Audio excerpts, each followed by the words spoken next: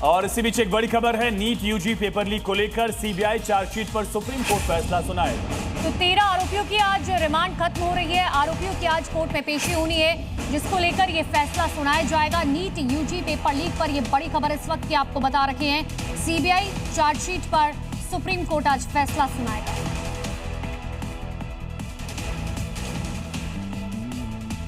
और इसी बीच एक बड़ी खबर है, मध्यप्रदेश के नर्मदापुरम से 696 किलो संदिग्ध घी जब्त किया गया।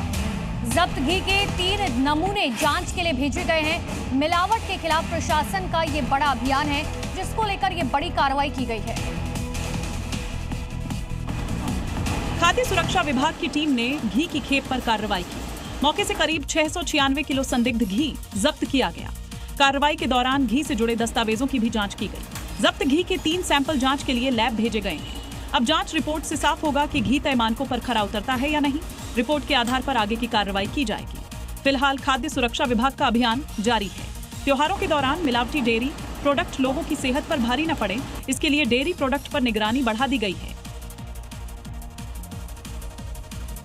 और शाकाहारी लोगों के लिए पनीर सबसे फायदेमंद माना जाता है। बच्चों से लेकर बड़े तक पनीर खाते हैं, लेकिन जिस शाही पनीर को आप चाव से खाते हैं वो पनीर जहरीला है, क्योंकि यूपी के संभल में फैक्ट्री से 4 क्विंटल केमिकल वाला नकली पनीर जब्त किया गया, जो उत्तर प्रदेश के अलग अलग जिलों में सप्लाई होने वाला था। और वही पनीर सीधे आपके घर और आपके घर के कार्यक्रम में पहुंचता है और इसे खाकर हो सकता है आपकी सेहत पर भी असर पड़ता।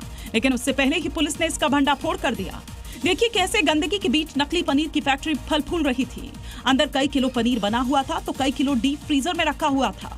लेकिन ये खबर आपके लिए भी जरूरी है, क्योंकि अगर आप भी पनीर के शौकीन हैं तो थोड़ा रुक जाइए और ध्यान से जांच परख कर ही पनीर खरीदें, वरना ये सेहत बनाने की जगह बिगाड़ भी सकता है। मथुरा के श्री कृष्ण जन्मभूमि विवाद मामले में सुप्रीम कोर्ट में आज सुनवाई होगी। तो मुख्य विवाद के साथ हिंदू पक्ष की कई याचिकाओं में से किसे प्रतिनिधि वाद माना जाए, रिप्रेजेंटेटिव सूट कौन होगा, इस पर सुनवाई होगी। इलाहाबाद हाईकोर्ट ने वाद संख्या 17 को प्रतिनिधि वाद माना था, जिसका दूसरे वादी विरोध कर रहे हैं। इलाहाबाद हाईकोर्ट ने शूट नंबर 17 को रिप्रेजेंटेटिव शूट माना था, जबकि हिंदू पक्ष के दूसरे याचिकाकर्ताओं का कहना है कि उनके शूट अलग मुद्दे और दलीलों पर आधारित है, इसलिए केवल शूट संख्या 17 को रिप्रेजेंटेटिव शूट नहीं माना जा सकता है। जबकि शाही ईदगाह कमेटी की तरफ से मुस्लिम पक्ष ने इलाहाबाद हाईकोर्ट के उस फैसले को सुप्रीम कोर्ट में चुनौती दी है, जिसमें हिंदू पक्ष की 18 याचिकाओं को सुनवाई के योग्य माना गया था। अब सुप्रीम कोर्ट के फैसले के बाद ही तय होगा कि मामले में आगे क्या होगा। और उत्तर प्रदेश के कानपुर देहात से एक चौंकाने वाला मामला सामने आया। यहाँ पर जल भराव और गंदगी की समस्या को लेकर 20 किलोमीटर दूर से एसडीएम ऑफिस पहुंचे ग्रामीणों ने जब अपनी फरियाद सुनाई तो एसडीएम साहब भड़क गए और ग्रामीणों का इलाज कर देने की धमकी देने लगे।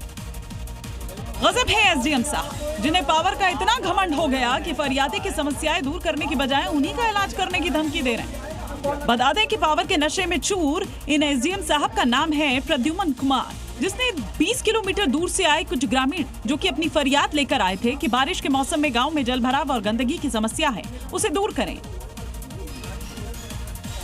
लेकिन साहब तो पावर की हनक में थे, उन्हें समस्या का नहीं लोगों का इलाज करना है। घटना का वीडियो सामने आने पर लोग पूछ रहे हैं कि अब एसडीएम साहब की हनक का इलाज कब होगा। यूपी के कानपुर से हैरान करने वाला मामला सामने आया, जहां बेटे की चाहत में एसडीओ ने अस्पताल में नवजात की चोरी की साजिश रची और 5 लाख के लालच में एएनएम ने एक महिला के बच्चे को ही चुरा लिया, लेकिन सीसीटीवी ने मामले का खुलासा कर दिया।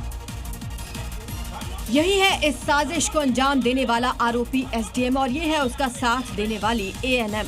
तो उसका शक यकीन में बदल जाता है। आनन फानन में पुलिस मौके पर पहुंची और सीसीटीवी खंगाला तो पूरी तस्वीर सामने आई और पूछताछ में सच भी सामने आ गया।